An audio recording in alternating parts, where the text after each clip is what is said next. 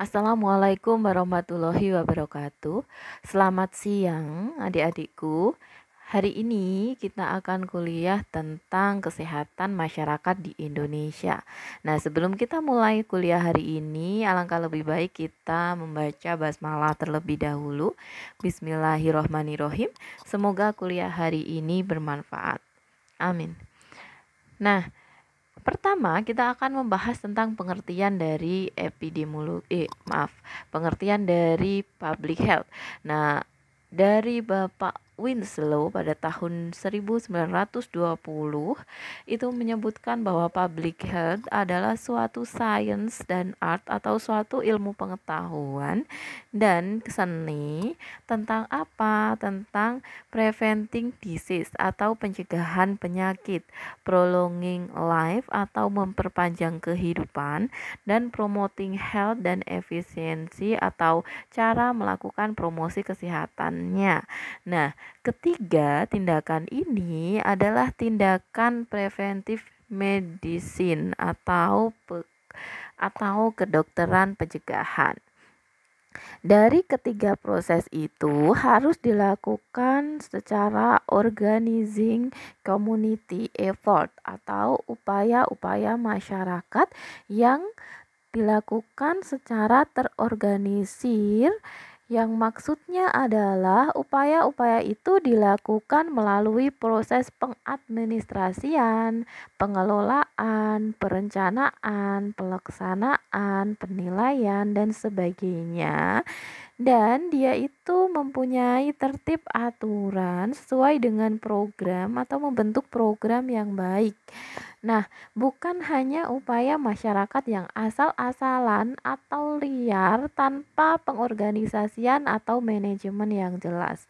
Nah, di sini dasar itu mendorong peran bidang administrasi, kebijakan dan kesehatan atau disingkat AKM atau AKK. Kemudian upaya-upaya itu meliputi apa saja sih? Yang pertama adalah meliputi the sanitation of the environment atau suatu upaya tentang sanitasi lingkungan atau upaya untuk mengatasi masalah kesehatan lingkungan, baik itu tempat tinggal atau pemukiman, misalkan tentang persediaan air, penggunaan jamban yang sehat. Pernah dengar istilah ODF? Apa itu ODF? ODF adalah Stop Defecation Free.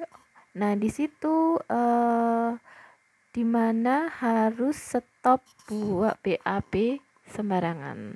Nah, kemudian ada juga pembuangan sampah, pengendalian limbah, dan beberapa pelayanan kesehatan dasar atau primary health care yang berhubungan dengan hygiene sanitasi. Nah, di sini kesehatan lingkungan itu tidak hanya lingkungan biologis, tapi juga ada lingkungan fisik, lingkungan sosial, ekonomi, yang itu berkembang. Akhirnya juga ada perkembangan tentang ilmu kesehatan kerja. Kemudian tindakan yang kedua yaitu tentang the control of communicable infection atau melakukan pemberantasan penyakit menular.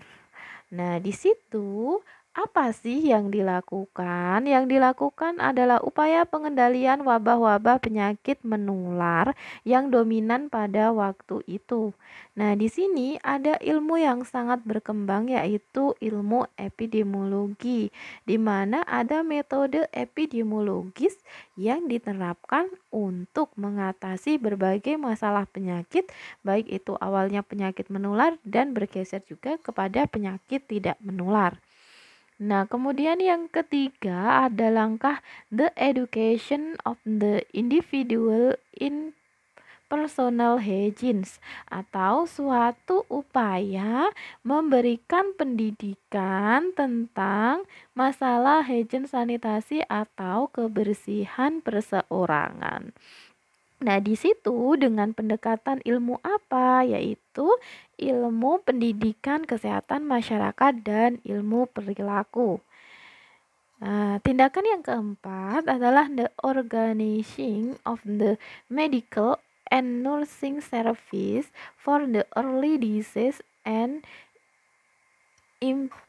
preventive treatment of disease. Artinya apa? Artinya ada suatu kegiatan upaya-upaya mencegah dan mengobati yang mendukung upaya untuk melakukan deteksi dini penyakit atau early disease, early diagnosis. Kemudian melakukan suatu treatment atau pengobatan pencegahan terhadap terjadinya suatu penyakit yang itu dilakukan pada pelayanan kesehatan dasar atau primary healthcare. Di sini yang berikutnya ada kegiatan the development of the social mechanic of ensure everyone a standard of living adequate for the maintenance of health. Nah, di sini itu harapannya adalah menekankan pentingnya struktur dan organisasi kesehatan untuk menjamin dan mendukung kesejahteraan masyarakat, terutama untuk mengatasi masalah kesehatan. Nah, di sini juga kemudian akhirnya muncul pentingnya peranan dari masyarakat, peran serta masyarakat, dan muncullah hak asasi dari masyarakat untuk mendapatkan keterjangkauan pelayanan kesehatan.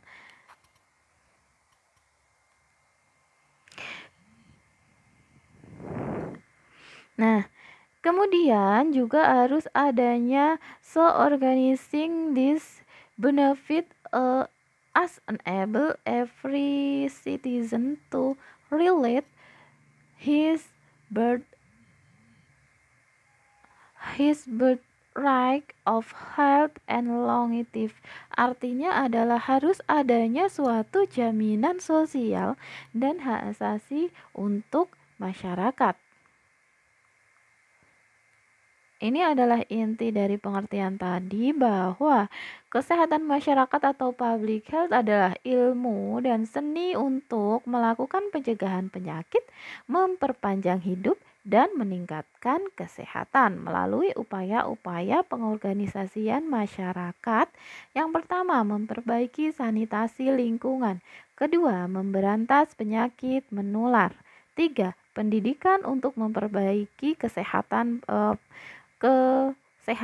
berupa kebersihan perseorangan, pengorganisasian pelayanan medis dan perawatan untuk mendeteksi dini dan pengobatan, serta mengembangkan rekayasa sosial untuk menjamin setiap orang terpenuhi kebutuhan hidup yang layak dalam memelihara kesehatannya. Nah, ada lagi pengertian lain dari ilmu kesehatan masyarakat yang diungkapkan oleh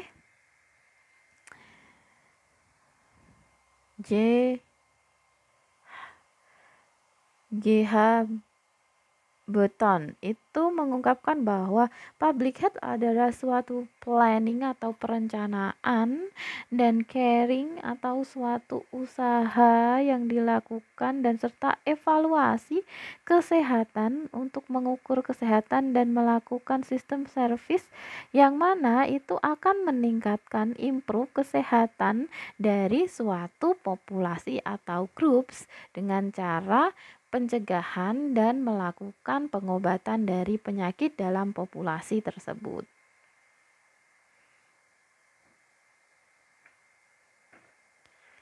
Pengertian berikutnya, pengertian yang ketiga adalah ilmu kesehatan masyarakat. Ilmu adalah ilmu dan seni untuk meningkatkan taraf hidup masyarakat yang meliputi upaya-upaya peningkatan kesehatan dan kesejahteraan masyarakat, keluarga maupun perseorangan, serta kesehatan lingkungannya, baik itu dalam bentuk fisik, biologis, sosial, ekonomi, sosial, cultural, dengan mengikut sertakan rakyat. Itu adalah pengertian dari IKM IAKMI atau Ikatan Ahli Kesehatan Masyarakat Indonesia.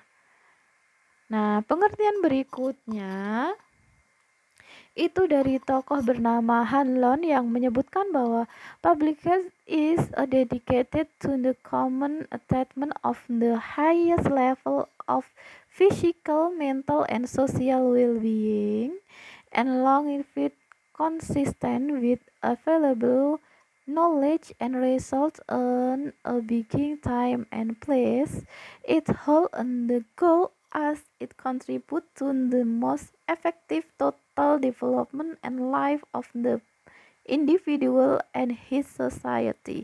Nah, di sini dijelaskan bahwa kesehatan masyarakat itu sangat mempunyai dedikasi untuk meningkatkan atau tercapainya suatu tingkat tertinggi kesejahteraan masyarakat, baik itu fisik, mental, dan sosial, dan untuk memperpanjang umur secara konsisten dengan cara pengetahuan dan sumber daya yang tersedia pada waktu itu dan tempat itu. Dengan ini akan memegang tujuan untuk berkontribusi untuk meningkatkan atau mengembangkan secara total kehidupan individual yang efektif di masyarakat dan juga di masyarakatnya, baik itu individual maupun masyarakatnya. Pengertian yang kelima itu tentang public health is the art and science of maintenance, protecting, and improving the health of the people.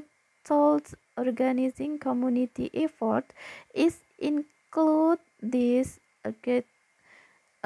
engagement activities of the community, provide medical service of for special group of the people, and is considered with protecting or control of disease, with people requiring hospitalizing to protect the community and will the medical indent, di mana ini disebutkan oleh American Medical Association atau Asosiasi Kedokteran di Amerika pada tahun 1948, yang intinya adalah kesehatan masyarakat itu merupakan suatu seni, art atau science, ilmu yang maintenance, memelihara, protecting, melindungi, dan juga meningkatkan, improve kesehatan seseorang dengan cara melakukan upaya-upaya masyarakat yang terorganisir.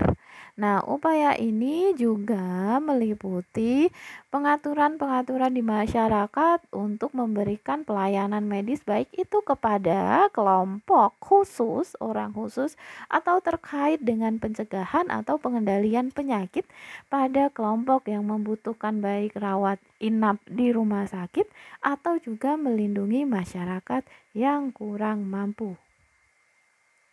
Dari banyaknya definisi di atas, pada intinya adalah ilmu kesehatan masyarakat itu adalah ilmu pengetahuan dan teknologi atau iptek yang mempelajari masalah-masalah kesehatan dan segala faktor-faktor yang mempengaruhinya, serta segala upaya atau cara untuk mengatasinya dalam masyarakat.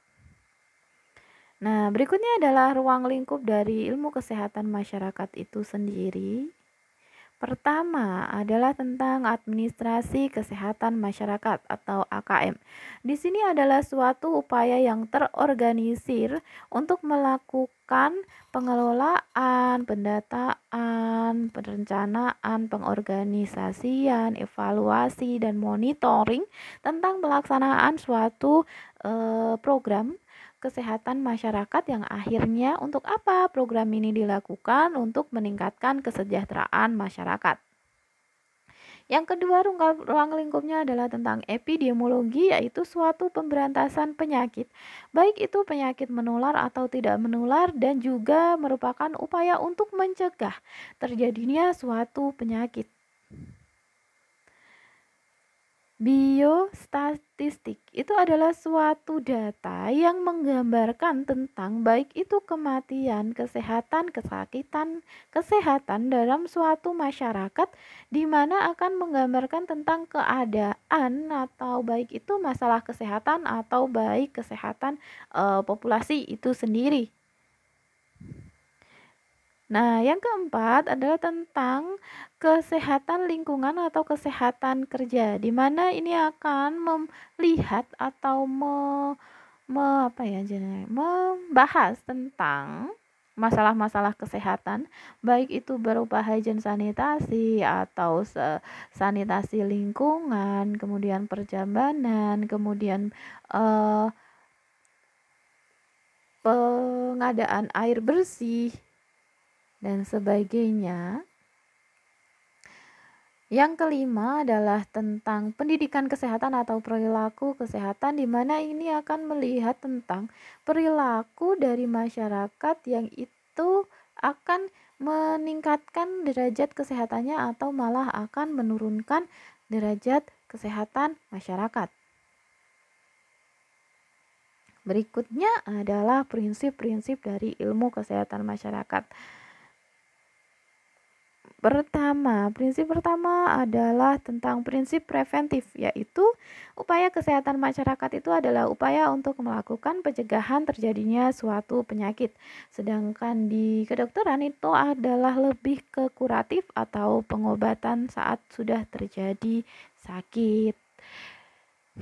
Kemudian yang kedua adalah suatu pendekatan epidemiologis, di mana sedangkan ilmu kedokteran itu lebih ke pendekatan medis klinis. Nah, epidemiologis ini akan mencoba menjabarkan masalah kesehatan dari segala dimensi. Misalkan disebut dalam suatu pertanyaan itu berdasarkan 5W1H. Gitu ya. Ada what, when, who, where, ada how. Nah, kemudian yang ketiga itu ada prinsip masyarakat, di mana UKM itu akan melihat dalam bentuk masyarakat, bukan hanya suatu individu, dan masyarakat yang dilihat itu tidak hanya orang yang sakit atau rentan dia sakit, juga melihat orang yang sehat. Yang keempat adalah tentang faktor lingkungan, baik itu lingkungan fisik atau biologis atau sosial ekonomi, yang itu sangat berperan penting bagi masalah ilmu kesehatan masyarakat. Berbeda dengan iptek kedokteran pada medis klinis yang faktor lingkungan itu tidak terlalu penting. Nah, prinsip berikutnya yang kelima adalah tentang faktor perilaku. Nah, faktor perilaku ini akan sangat dipelajari di kesehatan masyarakat dalam upaya promosi kesehatan. Kemudian yang keenam adalah adanya tindakan the organizer community effort atau suatu upaya dari masyarakat yang terorganisir untuk melakukan atau memecahkan masalah kesehatan yang ada. Nah, kemudian yang ketujuh adalah menerapkan masyarakat itu baik sebagai objek atau subjek. Jadi, mereka dituntut dapat berperan aktif untuk melakukan pencegahan dari suatu masalah penyakit. Yang kedelapan adalah tentang multisektoral, bahwa semua sektor itu saling terkait baik secara langsung atau tidak langsung untuk memecahkan masalah kesehatan, walaupun sektor itu sebenarnya sektor non kesehatan. Nah, berikutnya adalah tentang faktor-faktor yang mempengaruhi derajat kesehatan masyarakat. Ini adalah teori dari H.L. Bloom pada tahun 1974. Nah, H.L. Bloom ini itu menerangkan bahwa faktor-faktor yang mempengaruhi derajat kesehatan itu ada 4. Yang pertama adalah faktor genetik atau keturunan, kemudian faktor pelayanan kesehatan, faktor perilaku, faktor lingkungan, baik itu fisik, kimia, dan biologis. Nah, faktor genetik itu merupakan faktor yang ada dalam diri seseorang yang itu dapat menurunkan, mempengaruhi terjadinya masalah kesehatan dalam diri seseorang. Nah, itu contohnya adalah penyakit yang menurun karena genetik gitu ya. Nah, berikutnya ini adalah penjelasan faktor lingkungan itu apa saja. Faktor lingkungan itu ada lingkungan biologis itu seperti bakteri, jamur, virus seperti itu yang itu dapat menyebabkan terjadinya sakit. Kemudian faktor fisik di sini ada misalkan sampah. Adanya sampah di lingkungan pemukiman yang membuat pemukiman itu tidak sehat dan menyebabkan terjangkitnya suatu penyakit. Ada kesediaan air yang itu sangat berhubungan dengan kondisi di masyarakat. Kemudian udara yang bersih itu sangat dibutuhkan untuk kebutuhan manusia bernafas. Tanah yang seperti apa? Tanah yang subur, sehat itu akan meningkatkan derajat kesehatan juga atau mendukung derajat kesehatan. Iklim yang baik yang mendukung. Pemukiman yang seperti apa? Pemukiman yang bersih, tidak kumuh, tersedia air, jambanisasi dan sebagainya. Untuk sosial ini merupakan suatu yang terjadi karena interaksi dari manusia dengan lingkungan. Pertama, ada kebudayaan yang tumbuh di masyarakat yang itu akan berpengaruh pada derajat kesehatan seseorang. Kemudian ada juga karena pendidikan. Jelas ya, pendidikan seseorang itu diharapkan dengan pendidikan yang lebih tinggi akan bisa meningkatkan kesehatannya. Yang ketiga adalah tentang ekonomi. Ya, ekonomi suatu hal yang sangat penting karena dengan ekonomi yang bisa mencukupi masalah